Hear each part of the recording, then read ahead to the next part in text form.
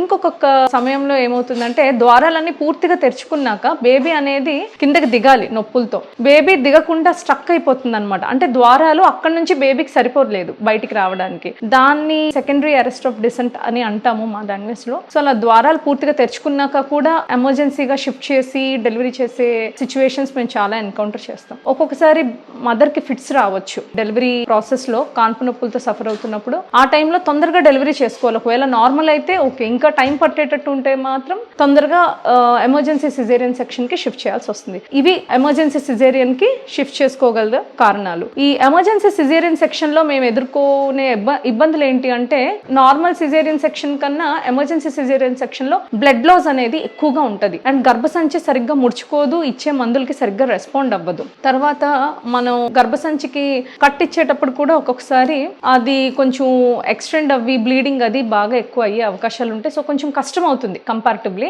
And procedure అయినాక blood అది ఎక్కించాల్సిన అవసరం చాలా సార్లు పడుతుంది అండ్ ఇన్ఫెక్షన్స్ అవి వచ్చే రిస్క్ కూడా ఉంటుంది మదర్ కి. సో హయ్యర్ యాంటీబయాటిక్స్ మీద పడతాము. పేగుల్లో కదలికలు కూడా చాలా లేట్ గా వస్తాయి. సో ఫుడ్ అది లిక్విడ్స్ అవి అలో చేయడం కూడా కొంచెం comparative to planned caesarean section తో కంపేర్ చేస్తే ఈ ఎమర్జెన్సీ సిజేరియన్ సెక్షన్ లో ఒక 12 hours లేట్ గా మేము అలో చేస్తాము.